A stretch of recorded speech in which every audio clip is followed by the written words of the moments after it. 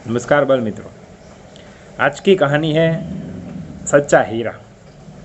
एक गांव के अंदर कुछ औरतें पानी भरने के लिए कुएं के पास इकट्ठा हुई। पानी भरते भरते वो औरतें आपस में बातचीत कर रही थी। उनकी बातचीत का विषय था अपने अपने बेटे के बारे में। हाँ, पहली औरत जो थी वो कह रही थी कि मेरा बेटा तो बहुत होशियार है, महापंडित है, संस्कृत के सभी श्लोक उसे याद रहते हैं। दूसरी स्त्री सुनकर वह भी बोलने लगी, मेरा बेटा तो बहुत बड़ा पहलवान है, भीमसेन जितना उसमें ताकत है।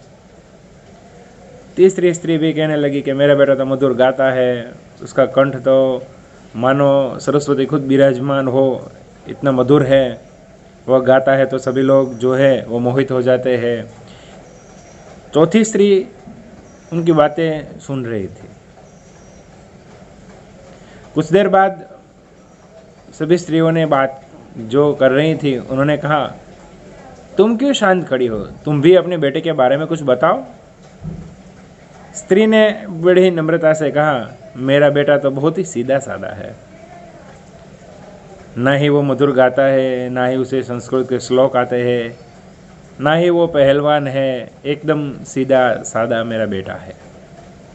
थोड़ी देर के बाद उन स्त्रियों के बेटे जो थे वो वहाँ से निकलते हैं। स्त्रियाँ अपना पानी का जो घड़ा है अपने सिर पर रखकर आगे बढ़ने वाली थी।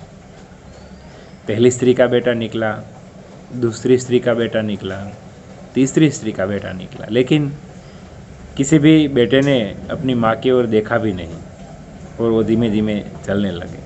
उनकी माँ जो थी अपने सिर पर घड़ा रखकर चल रही थी। अंत में जब चौथी स्त्री का बेटा वहाँ से निकला, जो एकदम सीधा साधा दिख रहा था, दिखने में भी कपड़े सामान्य पहने थे और उसकी शक्ल आदि भी एकदम सीधी सादी भोला भाला लग रहा था।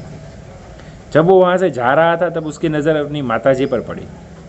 उन्होंने देखा कि माताजी जो है वो पानी का घड़ा अपने सिर पर रखकर जा रही है। दौड़ कर वो गया, वो घड़ा अपने सिर पर उठा लिया और खुद चलने लगा। इसके बाद वो सभी स्त्रियां जब जा रही थी तब उन स्त्रियों के पीछे एक अम्मा भी थी। उसने सबको रोककर कहा, देखो ये है सच्चा हीरा।